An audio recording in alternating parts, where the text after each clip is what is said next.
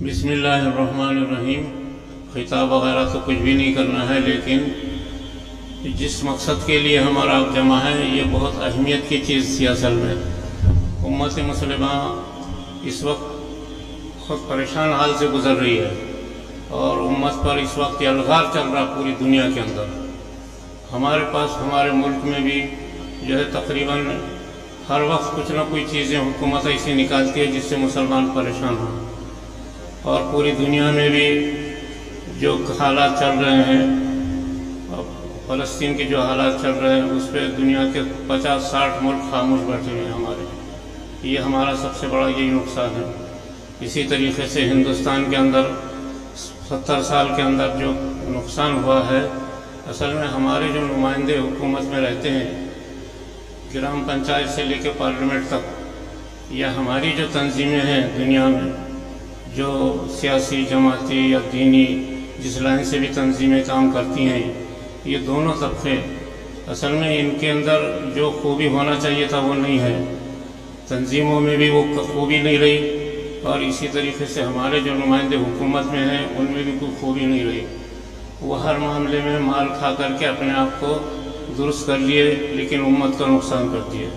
وقف یہ ہمارا خزانہ ہے۔ وقف کروڑوں اربوں خربوں روپیوں لڑائی لڑ کر کے ملک کو آزاد کرایا تھا۔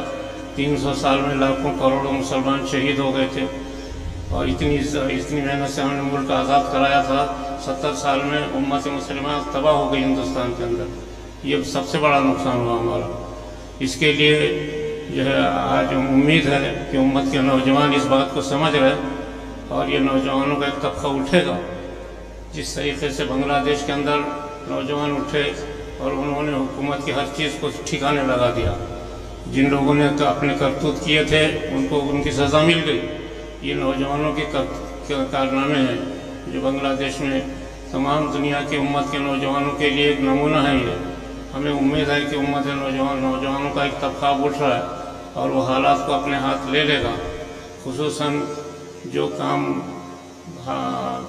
جو ہے شبیر احمد انصاری صاحب نے کیا ہے، میں برس سے دیکھتا ہوں، اس کے لیے رات اور دن اپنی زندگی لگا دی، ہزاروں لاکھوں پست اقوام کو، کمزور مسلمانوں کو جگہ دی۔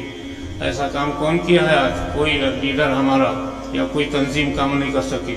مرنے کے بعد ریلیف مر گئے، اس کے بعد ان کو ریلیف دینے کے لیے جاتے ہیں، اخبار آتی فوٹو میں، اخبار میں فوٹو آتی، فلاں مولانا، فلاں تنظیم، فلاں MLA جو ریلیف دینے کے لیے گئے۔ کب؟ مرنے کے بعد۔ لیکن مرنے سے پہلے اسے نہیں سنبھالے۔ شبیر احمد صاحب انصاری کی زندگی کو میں شروع سے دیکھتا رہتا ہوں۔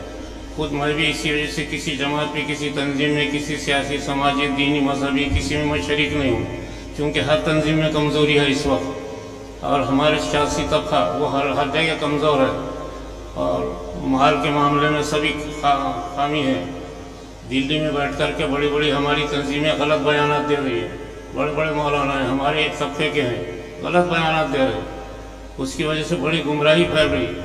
ساری نظام ہمارا جو تباہ ہوا 70 سال کے اندر، ہمارا وہ طبقہ جو حکومت میں قائد ہے، گرام پنچایت سے لے کے پارلیمنٹ تک، ایک یہ طبقہ ذمہ دار ہے، اور دوسرا ہماری تنظیمیں جو ملی تنظیمیں ہیں، اور جو اپنے آپ کو بڑے بڑے دعوے کرتے ہیں، یہ ساری تنظیمیں سب کے سب یہ تنظیموں کے ذمہ دار، یہ سب اس کے ذمہ دار ہیں، اور ان کا کوئی کارنامہ نہیں ہے سوائے اس کے کہ مال اکٹھا کرے جمع اور اپنا کام چلائے، اس کی سوا کچھ بھی نہیں۔ شبیر احمد انصاری جیسے اگر امت میں 5-10 لوگ پیدا ہو جائیں تو امت کی حالت بدل جائے گی۔ آج اس کی ضرورت ہے۔